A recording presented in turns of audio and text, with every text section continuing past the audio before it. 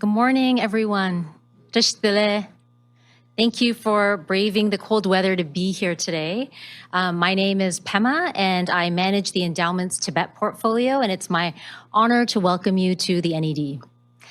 I'd like to start by recognizing our special guests today. We have Ambassador Brownback, the former U.S. Ambassador at Large for International Religious Freedom, Sikyong Penpa Tsering, President of the Central Tibetan Administration, joining us all the way from India, Professor Hon-Shiang Lau, historian and author of the book we will be discussing today, Bhuchung, research head at the International Campaign for Tibet, and Josh Rogin, columnist at the Washington Post, who will be moderating today's panel.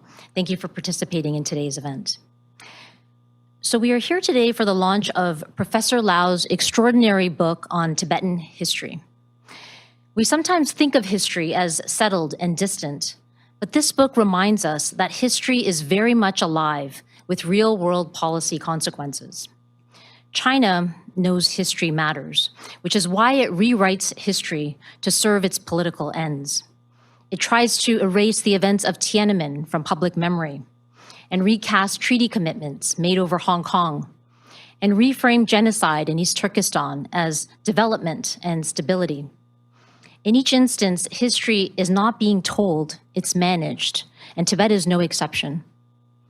For decades, Beijing has told the world that Tibet has been a part of China since antiquity, and the international community has largely accepted this, allowing a historical falsehood to harden into unchallenged fact. To be clear, China's sole justification for its occupation of Tibet rests on a single assertion: that Tibet has been a part of China for centuries. If you strip away that assertion, China's entire claim collapses. And that is why this book matters. It challenges the very foundation of China's rule in Tibet, drawing on Chinese sources, no less. And the practical implication is that exposing this historical lie may alter China's incentives to negotiate with the Tibetan leadership on genuine autonomy. This and more is what our panel today will be exploring. Before I close, I'd like to share that in reading this book, I was struck not only by its content, but also how it came to be written. In his book, Professor Lau states that, like so many in China, he was taught that Tibet was always a part of China.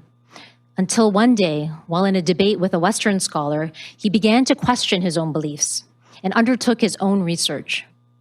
He did what scholars are meant to do, but what authoritarian regimes discourage.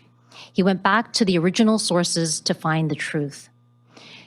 And he found that what he assumed was settled history was in fact CCP propaganda.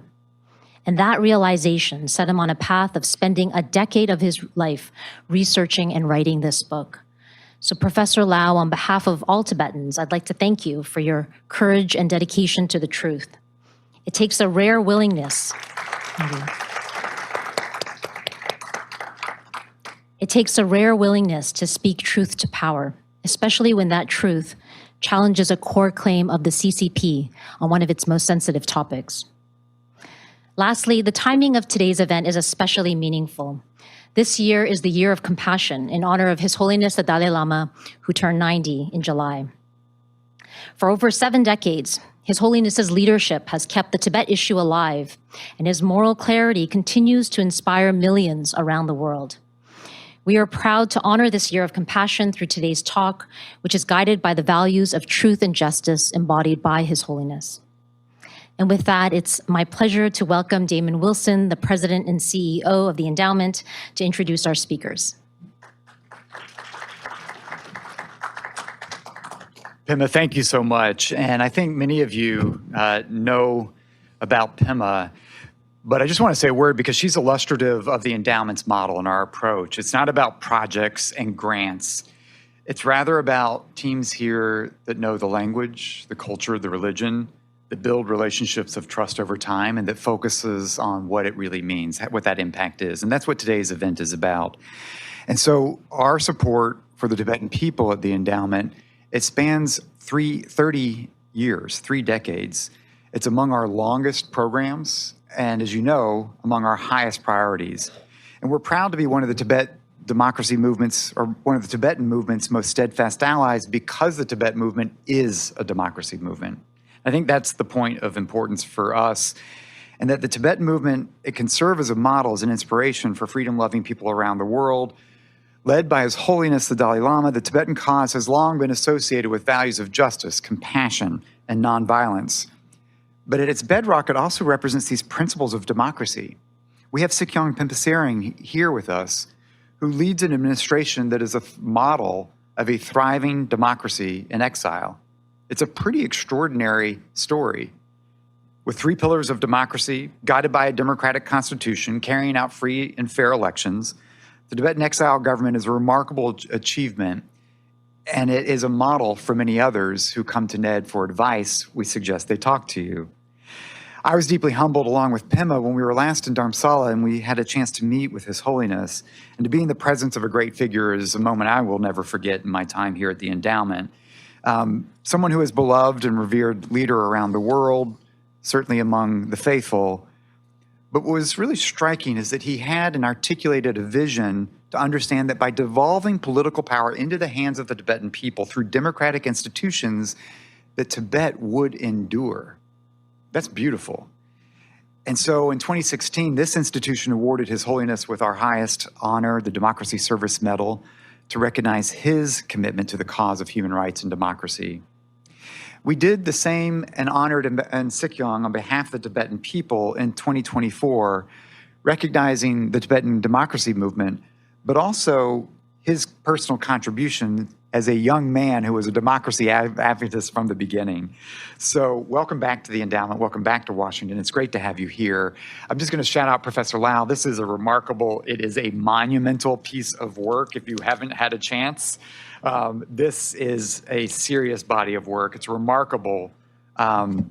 This is someone who was relentless about pursuing the truth when he understood that he was educated in a lie and dedicated a decade of his life to this work.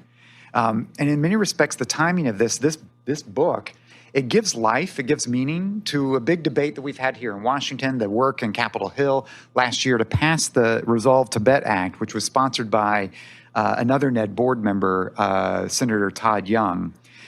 You'll hear a little bit more about that, but rejecting the claims that Tibet has been part of China since ancient times and pushing for negotiations without preconditions. But this is also part of a broader global effort of support for Tibetans. There are a coalition of members of parliament around the world.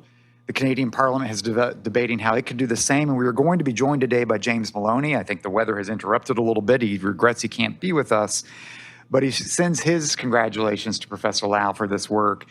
And he was here to represent, as a longtime champion of the Tibetan people, having hosted Tibetan leaders in Canada, to reflect the country's bipartisan commitment to preserving Tibetan language, religion, heritage by welcoming Tibetan refugees, and has worked inside the Canadian Parliament to have the Parliament affirm last year in 2024 that China is pursuing systemic cultural assimilation in Tibet and that Tibetans have the right to self-determination, that Beijing has no authority to interfere in the succession of the Dalai Lama. We're very pleased to have Bhuchung Tsering back with us of ICT. They've been remarkable advocates for Tibetans around the world. And Josh Rogin, welcome back. One of the most knowledgeable journalists on China, an author in his own right on this. It's great to have you lead this conversation. Shout out to Dean as well, Dean Baxendale of Optimum Publishing. He's given voice to those who have been targeted by the CCP, whether it's Rushan Abbas, who is with us, Dolkanisa, others, and now this monumental work. But it's a real treat to kick off this discussion today for all of you here in person, for our online audiences, with remarks from Ambassador Sam Brownback. We're really pleased to welcome you here in some capacity as our newest board member at the endowment, but also someone who has a decades-long track record on these sets of issues. And you saw, maybe some of you saw last fall when you were testifying, I think in November, before the Select CCP Committee, in front of another NED board member, Representative John Molinar, powerful testimony on China's war on religion. And Ambassador Brownback has been our nation's most powerful advocate for religious freedom. In some respects, we're here, what could be a scene setter for a big gathering on the International Religious Freedom Summit that will begin next week.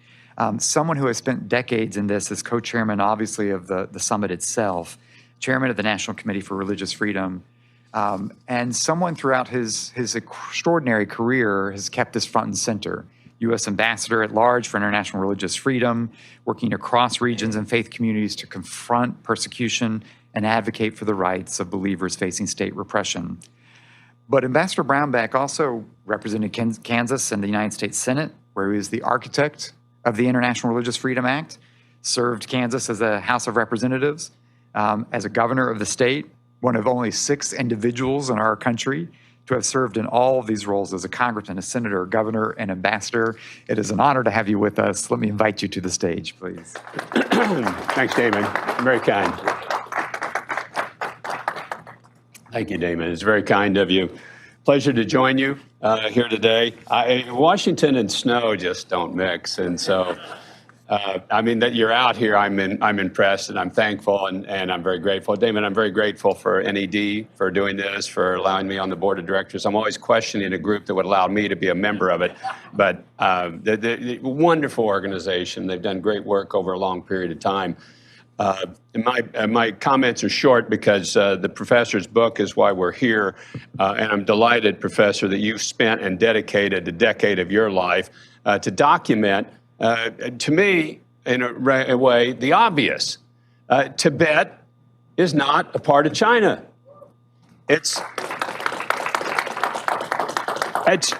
To me, it's no more a part of China than Uzbekistan or Kazakhstan were a part of Russia. Now, they folded them in, and they gave it a broader name, called it Soviet Union at the time when they were doing the takeover, but China just said, oh, no, you're Chinese. Well, no, we're Tibetans. And we should not allow this to stand, and yet for way too long we have. And we've just kind of said, well, okay, that's a fight we're not going to discuss today, or we're not just particularly interested in it. Well, no, it is time to discuss this. And in the heritage of my own state, this is actually our statehood day is January 29th, we were a state that came in to fight the lie of slavery. When we came in, actually, we were supposed to be a pro-slave state. We came in, fought, and said, no, we want to be an anti-slave state. And we're going to fight about it. But the United States, for 150 years prior to then, had just gone, we really don't want to fight about this issue of slavery. Let's just kind of figure out how to accommodate it. And you can do it in the South, and we're not going to allow it to expand here and there. But we just found this way to accommodate until finally some people said, no, we're not going to accommodate this anymore. And that's what I see this is. We're not going to accommodate this anymore. This was a military takeover when it happened. The Tibetan people are not a part of China. They deserve to have a free sovereign nation themselves, and sometime soon they will have a free sovereign nation of their own. This is the natural state of things. It's the natural state of what it should be in Tibet and East Turkestan. I could add that as well into this. And I think what we need to do is we need a relaunch of the Tibetan project. We've talked, and different people have talked about Tibet for some period of time. The Dalai Lama, when he was more globe-trotting, was a great spokesperson, traveling just in all the time, spreading really his sense and his vision and his capacity of Buddhism that was very appealing to a number of people, but also that was the hallmark and the measure of Tibet. But now he's not as capable of being able to do that and the traveling around as much. But he needs to be able to return to Tibet, to his home. And can you imagine what will happen in Tibet, in Lhasa, with the physical return of the Dalai Lama to Lhasa? I mean, to me, this will be the moment like Pope John Paul going and returning to Poland. The people will say, this is amazing, this is fantastic, this is the person that we've identified with, even after decades of trying to assimilate and put the culture down and make the culture Chinese instead of Tibetan. It's still there. And that's what they found in Poland. After decades of communism, of facial atheism, that Catholic center was still there. Once he showed up and said, "Be not afraid," it was over for the communist leaders. It was over when he said, "Be not afraid." And that's what I would say today to the Tibetan people. Keep praying, be not afraid. Let's find and let's speak about truth. Let's call evil for what it is. The Chinese Communist Party takeover of Tibet has been evil. It has wreaked havoc on that nation and those people. It must be called out for what it is. And that's what I see us doing here today. God bless you all.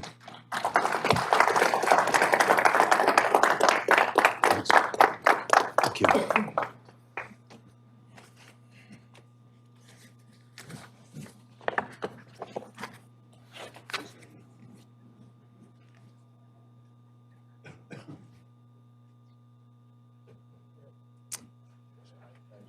Okay.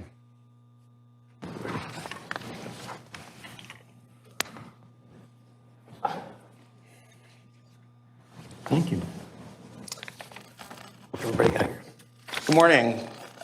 Thank you so much to Ned for hosting this event and for including me in it. My name is Josh Rogin. I'm with the Washington Post, and it's really my honor to be here with this distinguished panel talking about this important topic today.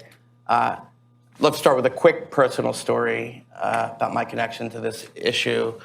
I first had a chance to meet His Holiness the Dalai Lama in 2017 in Dharamsala at the Tibet, CTA's 550 Forum. It's when I first met you, Sikyong. And it was just as the first Trump administration was beginning, and there was, like now, a lot of concern about this country and this government's commitment to the core values that underpin our shared mission to protect democracy, human rights, and autonomy for Tibetans. And I had a chance to ask His Holiness the Dalai Lama one question. So I asked him, "What do you think about America first?" And he thought about it for a second, and he laughed, and he said, "Well, the first time I heard the term America first, I thought, not so nice." And then he laughed again, and he said, "But I trust the American people, and I trust that they will stand up for democracy and human rights and Tibet." And it was in that spirit of sort of realism but optimism that I found a path forward for covering this issue, and I think that spirit encapsulates the conversation that we're going to have here today. Tibetans are facing an extraordinary challenge: how to preserve their identity, faith, language, and historical truth while adhering to a principled commitment to nonviolence, even as the Chinese Communist Party intensifies the pressure campaign designed to not just to rule Tibet, but to erase Tibet as a distinct civilization. What we're witnessing is not just repression, it's cultural genocide. And Beijing's claim that Tibet has been part of China since antiquity is not an academic issue. It is the foundation for a policy used to justify surveillance, coercion, forced assimilation, and ultimately the assertion of state control over Tibetan Buddhism itself. And in this section of the Dalai Lama included in that. And that's why Professor Lau's book is so important. For those of you who don't know Professor Lau, he had a very long, distinguished career as a scholar, including a chair at the City University of Hong Kong. He then retired, but he didn't actually retire because you wrote a 1,200-page book. So that's not my definition of retirement, but technically he's retired. And this book is important for setting the record straight. And this conversation and this book are about the same thing, truth. But it's not just about truth, it's about what truth demands of all of us. And we're also honored to be joined here by Sikyong Penpa Tsering, who I've known for 10 years, who has dedicated his life to service to the Tibetan cause and the Tibetan people and Tibetan democracy in exile. Ambassador Brownback, who I first started covering as Senator Brownback, who, again, is having a very, very active post-government life defending the ideals and the principles that we all stand for. And, of course, my friend Bhuchung, who has also dedicated his life to the cause of Tibetan freedom, human rights, and autonomy. Let me start with you, Professor Lau, and ask you about this book. And my first question is, why did you think this was so important? What does the practice of establishing this very detailed narrative, especially based on Chinese sources, add to the conversation, and why is it so important that this story be told in this way? Thank you so much for coming here. You want me to answer right now? Yes. Okay. Yeah, well, it can be said that the PRC conquered Tibet in 1950. And since then, the resolute position of the PRC has been the following. And that is, if the Tibetan government in exile wants to negotiate with the Chinese, the Tibetans have to first admit that Tibet has always been part of China since antiquity. And unfortunately, the Tibetans think it's just the opposite, and that is Tibet has never been part of China. So the question for most people is that why do these two sides remain so stubborn over an issue that is seemingly so obscure and so irrelevant? But the reason is that the Chinese, well, actually PRC, they have been condemning the actions, the imperialistic actions of the Western nations and of Japan through the years. And they also have persistently complained bitterly about how China has been treated by the Western powers and Japan in the past century or so. And so China cannot now turn around and simply just declare that today in 1950, the China army has gloriously conquered Tibet. Okay, it's just not acceptable anymore in 1950. So China has to frame it as the following, and that is Tibet has always been part of China, and in 1950, we have just normalized the relationship between Tibet and her motherland. And so it needs to be clarified as to who is telling the truth, the Tibetans or the PRC, and that's where I decided to write this book.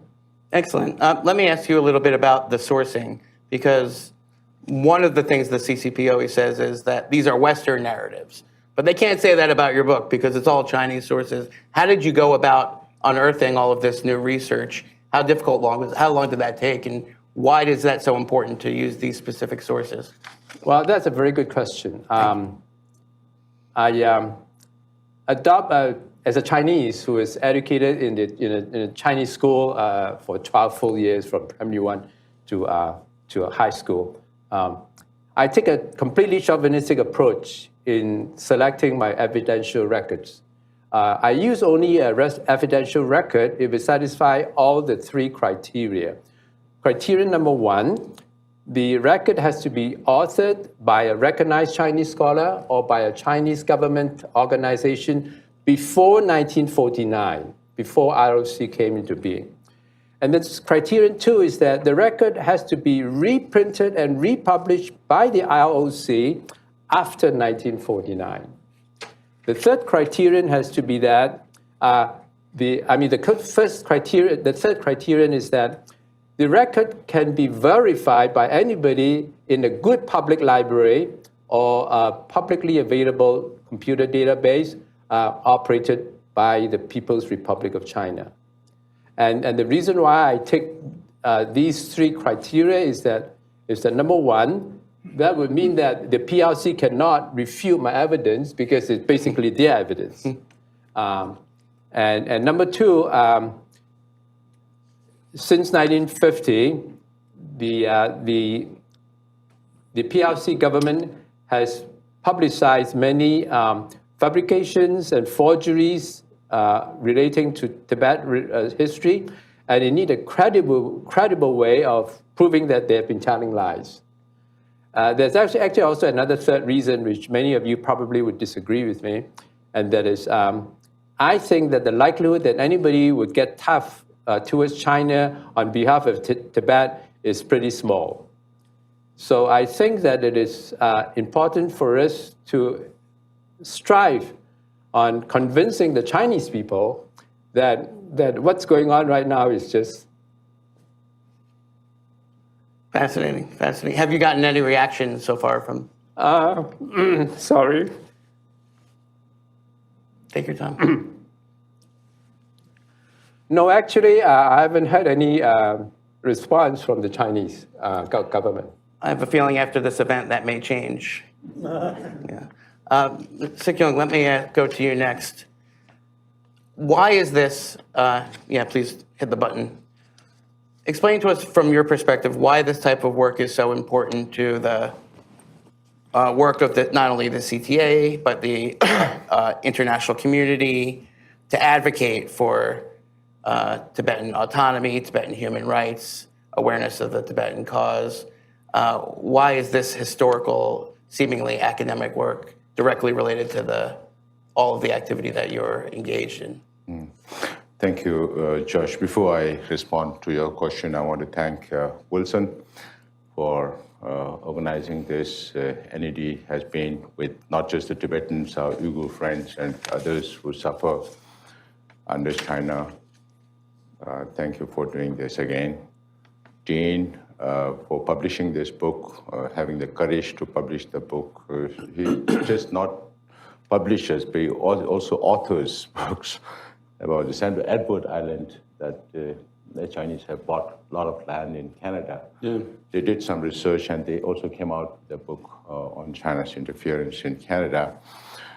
Thank you for publishing this book. And Professor Lau, of course, for your courage to be able to tell the truth, even if you're a Chinese, and that your book has become a big tool for us when we advocate with governments. And Ambassador Brownback, we met for the first time last time at the Article 18 Alliance Conference in Czech Republic. And you have been very, very vocal about how you want a new Tibet policy. So thank you. Bhuchung, of course, we have been working together. So for us, His Holiness has adopted this policy called the Middle Way policy, because His Holiness thinks for the interests of larger humanity. So he also appreciates the concept of European Union. That is why His Holiness says, if it can be applied to European Union, then why not Tibet with China? Because it's a larger interest of humanity and of the people. And even if whether we want it or not, we cannot lift Tibet out of that place and put it somewhere else around the world. So we have to live. We lived with Chinese, we lived with Indians, Nepalese, Bhutanese as neighbors for so many centuries. So whenever we get to go back, in whatever form, we have to live as neighbors. So then why not live in peace and harmony with each other? So when His Holiness talks about the middle way policy, then when you say middle, then there are ends to it. Without ends, they cannot be middle. So when His Holiness says middle way, he's talking about genuine autonomy. Because China already calls Tibet Autonomous Region, Tibet Autonomous Prefecture, Tibet Autonomous County, to all the 3 Tibetan provinces where Tibetans inhabit. But there's no real autonomy there. So that is why His Holiness is calling for genuine autonomy. And His Holiness expressed this in the form of 5-point peace proposal in 1987 to the US Human Rights Caucus, and then expanded on the 5th point on negotiation in 1988 in the Strasbourg proposal. So based on what His Holiness has proposed, and through our democratic process, the approval of the larger number of Tibetans who said that whatever, based on the changes in international scenario in China and in Tibet, whatever His Holiness decides, we will abide by that. The Tibetan Parliament in exile also unanimously supported this decision, and His Holiness reiterated his commitment to this middle way policy. So the ends, as soon as we came into this position, we decided to, of course, we have to follow the same policy of middle way, but we decided to change our strategy a little bit by focusing on the ends where China distorts Tibetan historical narrative. So one was to focus, the one end is the historical status of Tibet as an independent state, and the other is the present situation of occupied Tibet under the repressive communist government. So to find a middle way. So that is why it's important for governments to recognize the ends to gain value for the middle way. If the ends are not recognized, then there's no value for middle way. That is also the reason why China does not respond to all this. So China's false narrative on Tibetan historical narrative, I think, is countered by Professor Lau, based on Chinese imperial historical records. And then if I may recommend another book by Michael van Walt van Praag, who's an expert on international law, same project supported by NED, called Tibet Brief 2020, which talks about the legal perspective of Tibet, pre the formation of United Nations and the international legal order after Second World War, and the status of nation states before that in different regions of the world. So these two books combined together, Professor Lau's and Mike's book, these two books I carry with me all the time, and ask governments to please read Tibetan history. So just don't listen to what Chinese government is telling you. So we request governments to, that is why we worked with the US Congress, where Wilson referred to the Resolve Tibet Act, which was passed with a huge majority in both the House and the Senate, and signed into law by President Biden in 2024. So this talks about countering China's false narrative on Tibet now, which has become a US government policy. So for us, this is very important to bring China on the negotiating table to resolve the Sino-Tibet conflict.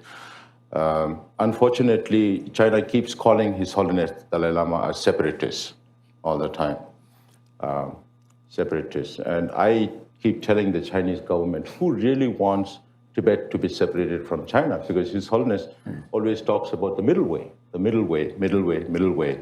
That is why I was reflecting on what Ambassador Brownback said in Czech Republic and also at the CCC hearing, that if China does not respond within a certain period to His Holiness middle way policy, then the United States should reconsider, consider Tibet as an independent nation. So that is how Professor Lau's book has been very, very useful in convincing other governments that Tibet has never been part of China legally or historically, because we have to fight with the international community based on truth and justice, and that can be done only through historical facts and truths. I understand. And the international legal order.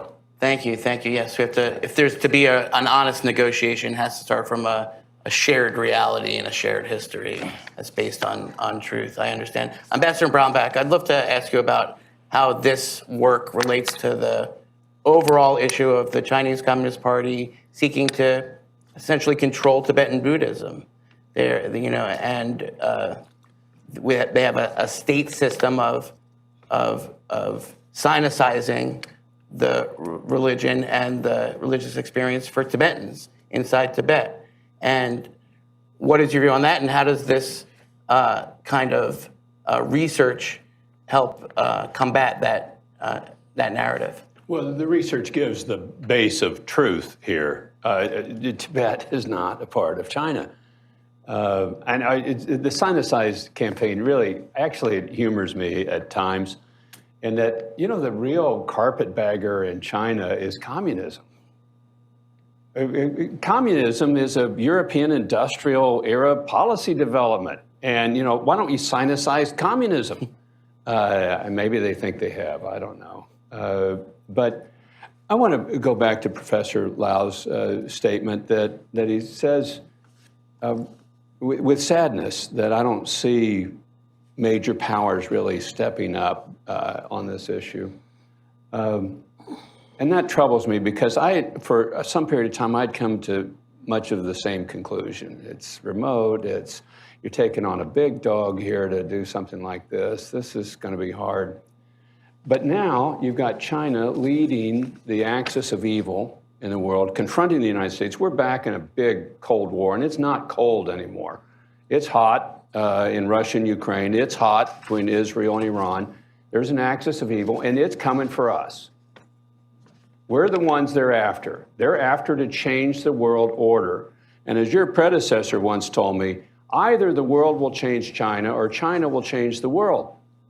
So we're either going to go towards a more open set of societies or we're going to go towards totalitarianism and communism around the world. It's going to move one way or the other on this, and they're coming for us.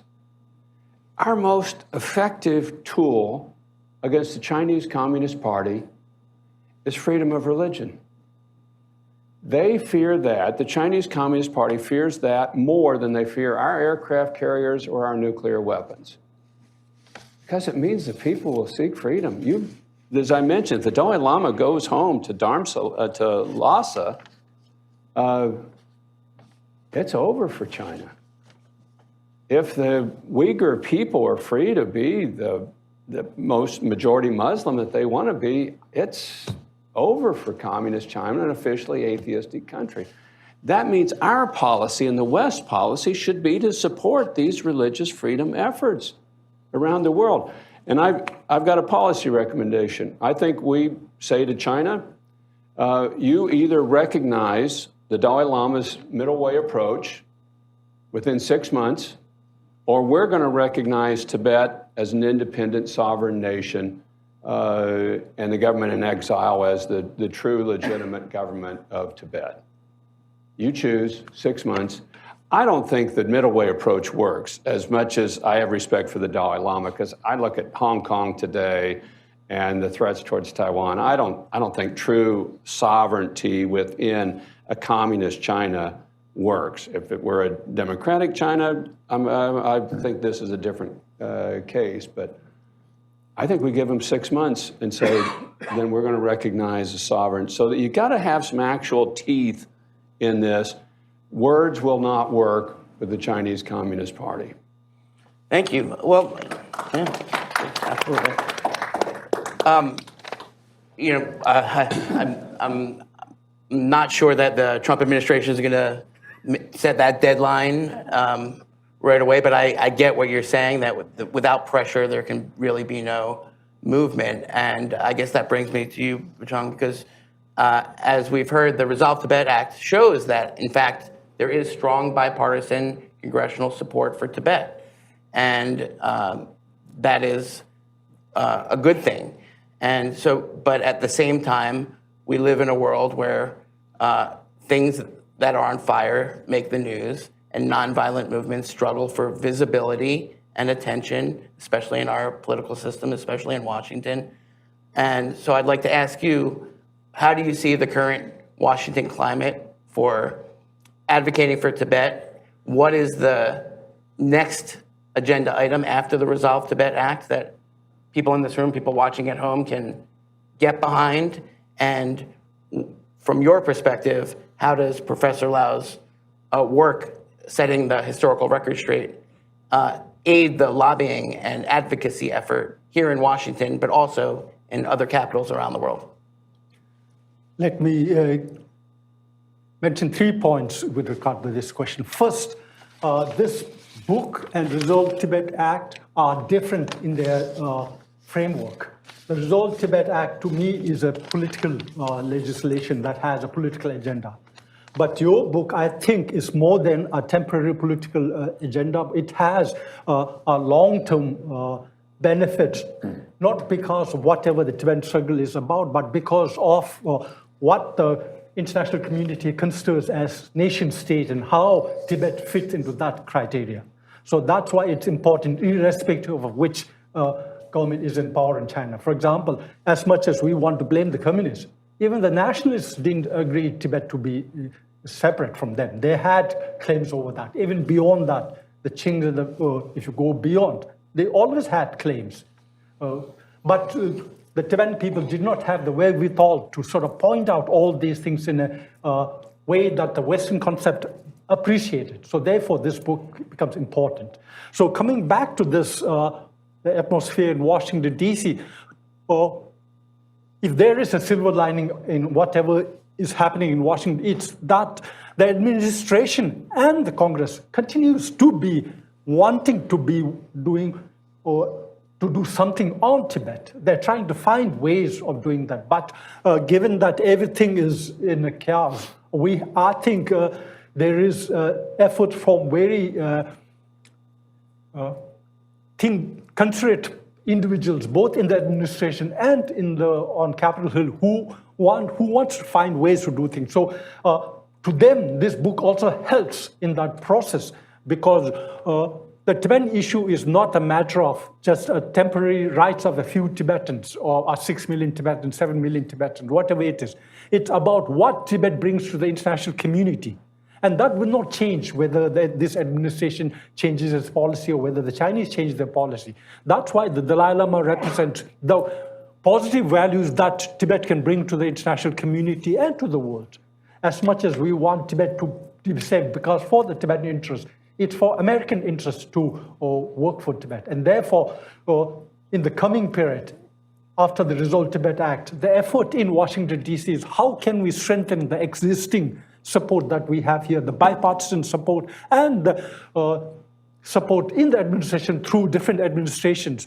How can strengthen that so that in future, if the Chinese authorities don't have sanity to resolve the issue of Tibet during the lifetime of this Dalai Lama, there are enough tools available to the Tibetan people and the Tibet movement. The Resolve Tibet Act there becomes one tool, and on the other hand, this book becomes another tool which can tell the Chinese, convey the message to them that the Tibetan issue will not die away, even if they think after the passing away of this Dalai Lama, there will be no issue.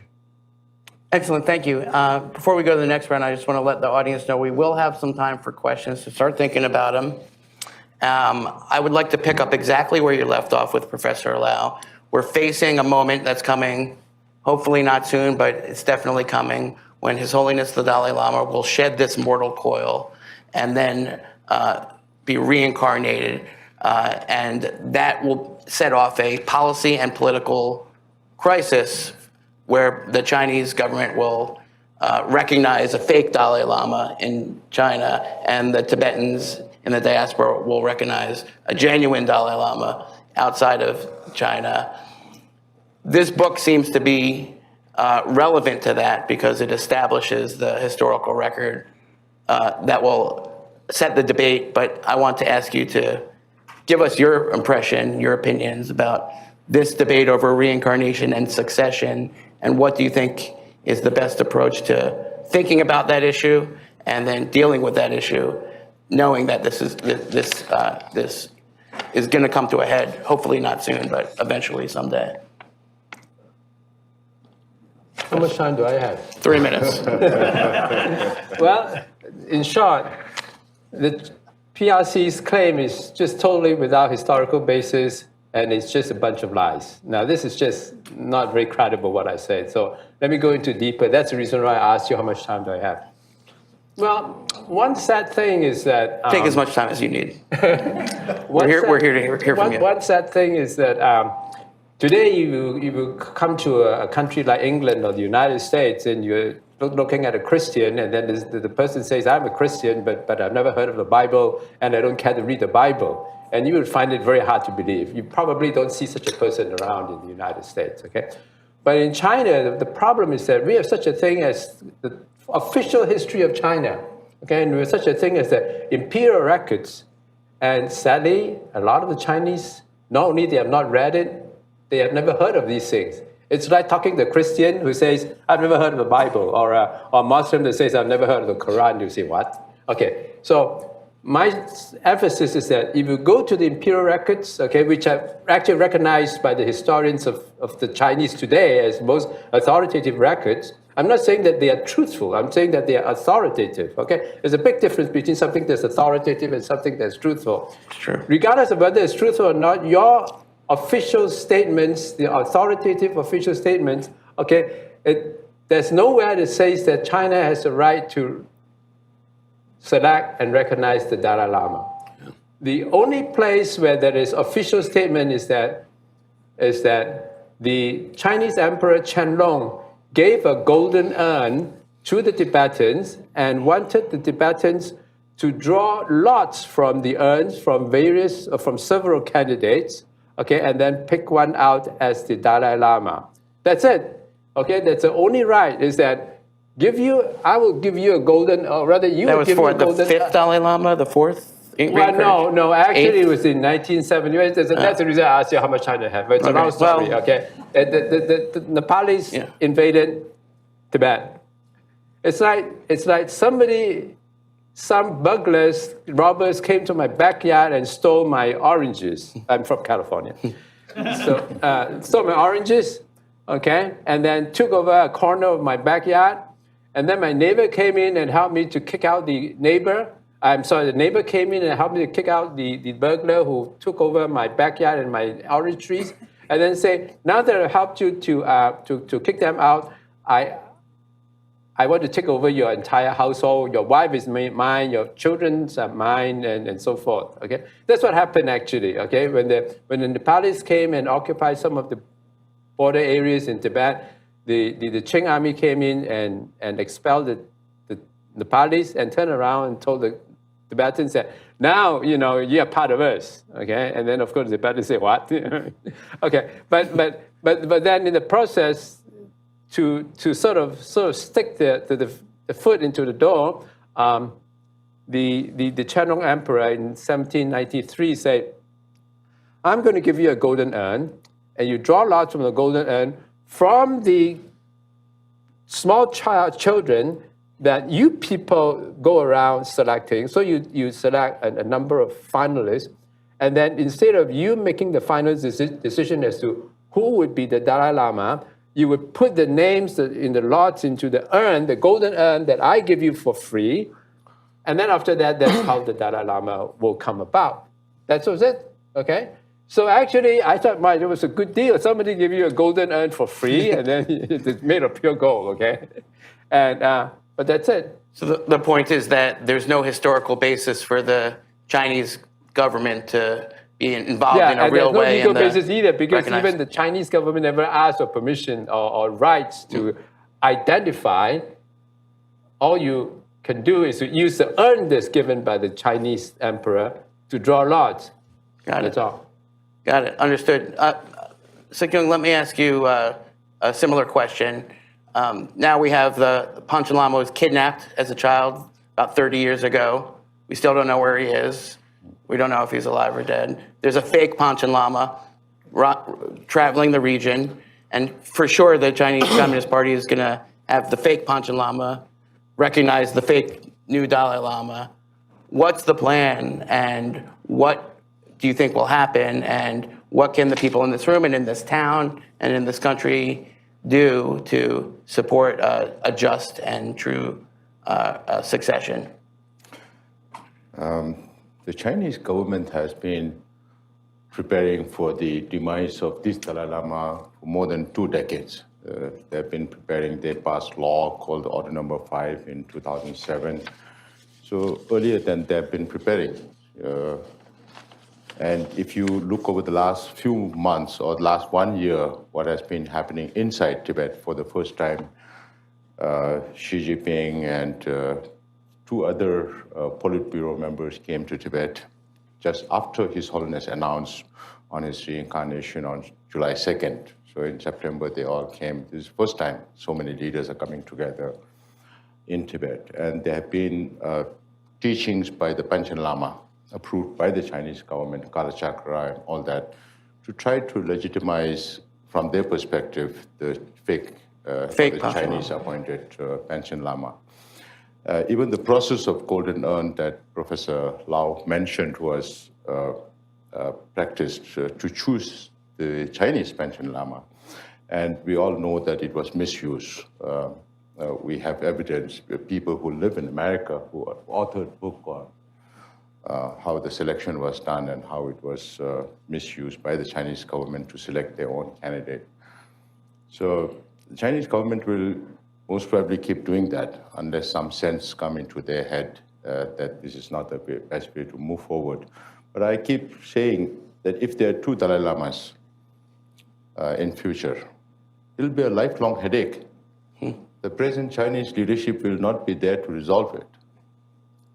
So what we have been doing here outside Tibet, of course, Chinese government is three positions. One is that His Holiness should be, they will look for the reincarnation within China.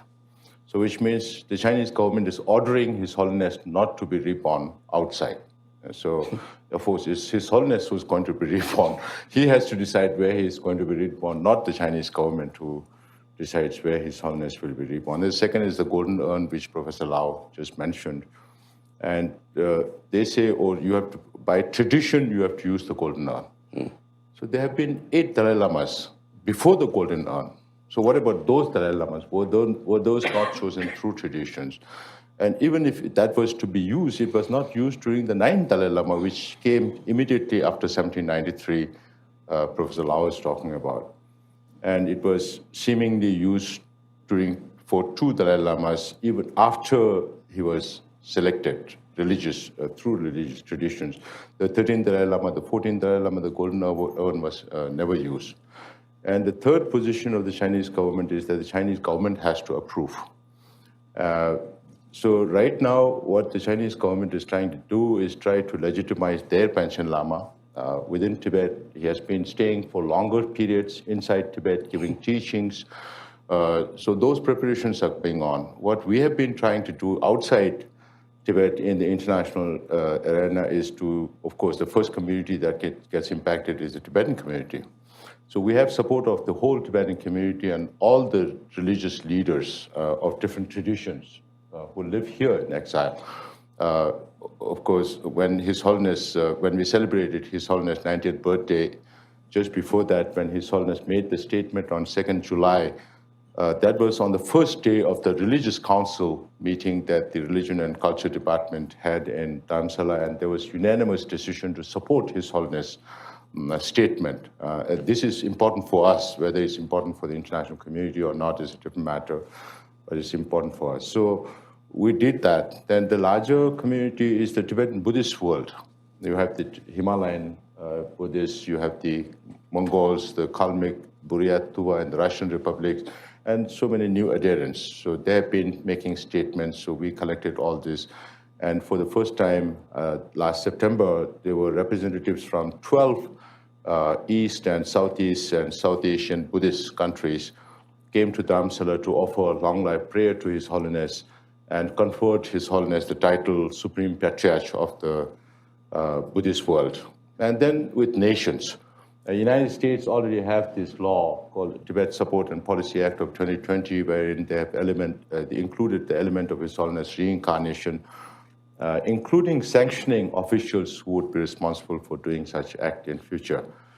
Then we reached out to UK, to Germany, and other countries, and UK, Germany, France, Netherlands, Iceland, Estonia, and Lithuania, the human rights ambassadors of all these countries jointly issued a statement on His Holiness reincarnation on July 6th, on the 90th birthday of His Holiness.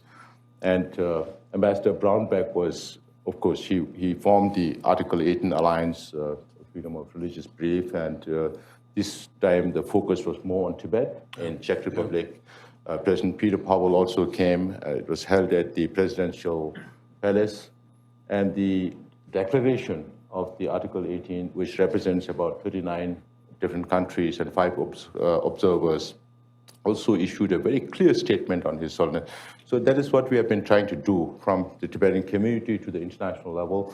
Of course, we have to reach out more and get more support. And wherever we don't have government support, if we get parliamentary support, parliamentary group support, even Tibet support groups, those means a lot to us. This expresses what the free world wants about His Holiness reincarnation, not what the Chinese government wants about it. So we are preparing ourselves And in what our the own Tibetans way. want.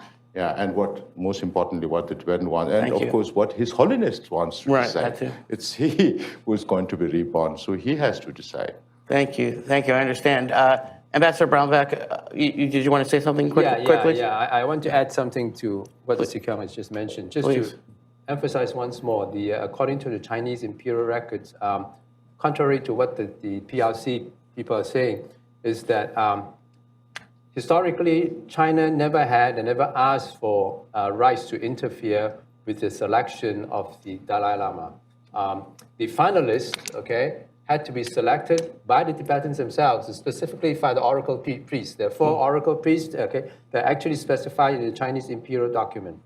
And also, after the lot was drawn, the winning, okay, the finalist was in the urn, and then when the Dalai Lama is recognized by the lot drawing ceremony, China has no right not to recognize that. You have to recognize it. It's by the process of this divine, whatever you call it, nature.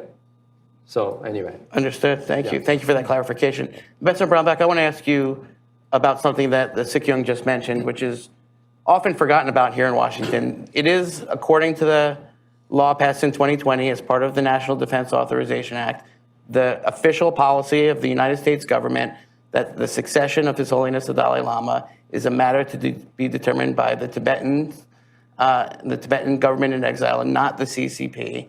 President Trump signed that law. I don't know if he was aware of it, but he signed it.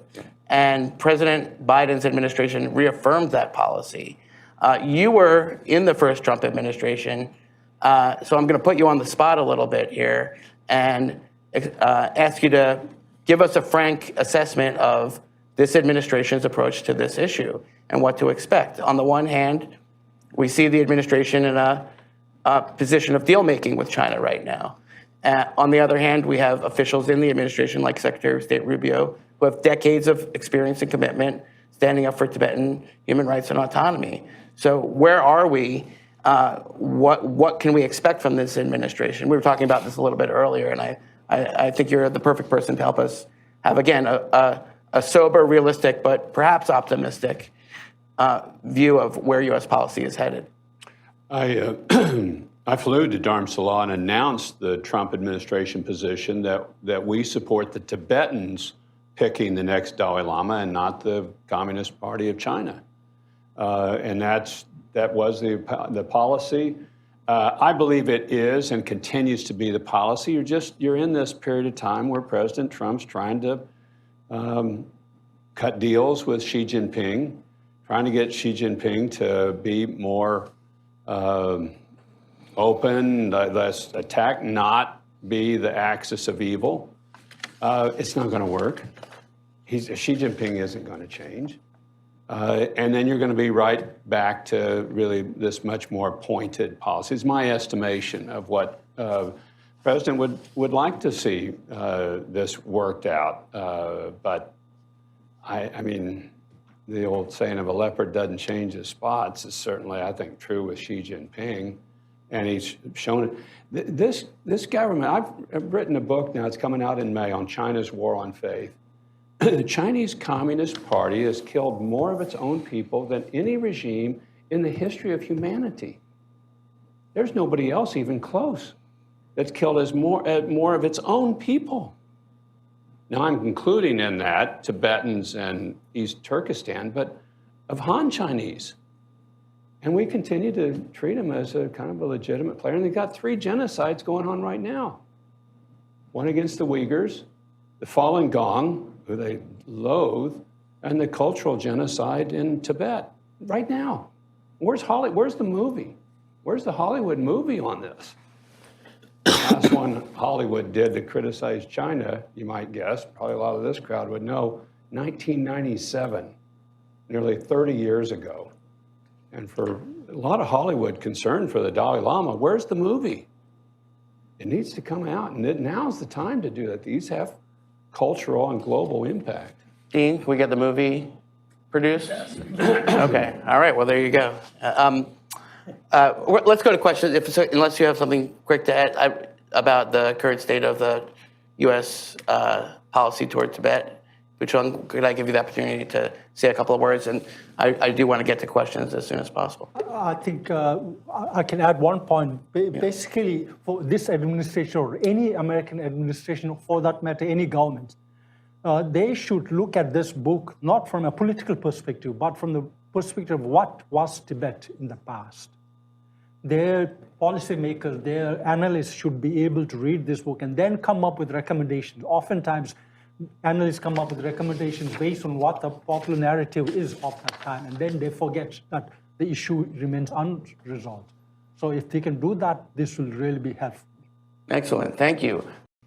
So first, I just want to thank the National Endowment for Democracy. I think this is the third event that we've done with NED. Thank you so much for your continued support for our authors, elevating their voices, because oftentimes those who are willing to come forward do not often get the opportunity to bring it to light and bring it to a global audience. Optimum has tried to do that. And once again, I want to repeat, Tibet was never part of China since antiquity. I also want to express my gratitude to the Central Tibetan Administration, especially Sikyong Penpa Tsering, whose leadership continues to inspire Tibetans and allies around the world. To my own Optimum team, thank you for your dedication in bringing forward voices that matter in the global struggle for humanity, dignity, and religious freedoms, and to highlight that the Chinese people are not free under the Chinese Communist Party. We also honor the support of James Maloney, Member of Parliament from Etobicoke Lakeshore, who obviously couldn't be here, and actually his plane was canceled this morning. And I also want to commend him for his support in Canada. We will be doing a book launch in Canada with MP James Maloney when the weather's better, because Professor Lau doesn't like to travel in the deep freeze. However, it must be some kind of joke, I guess, today here in Washington. So friends and people and nations, when we stand together against tyranny, history shows that the people will win. I'd encourage you to purchase a copy of his book, share it. Let us equip us all with the collective advocacy for the people of Tibet and other oppressed groups and freedom for all. Autographed copies are available right now. And thank you. Have a great day. May you all go in peace. Thank you.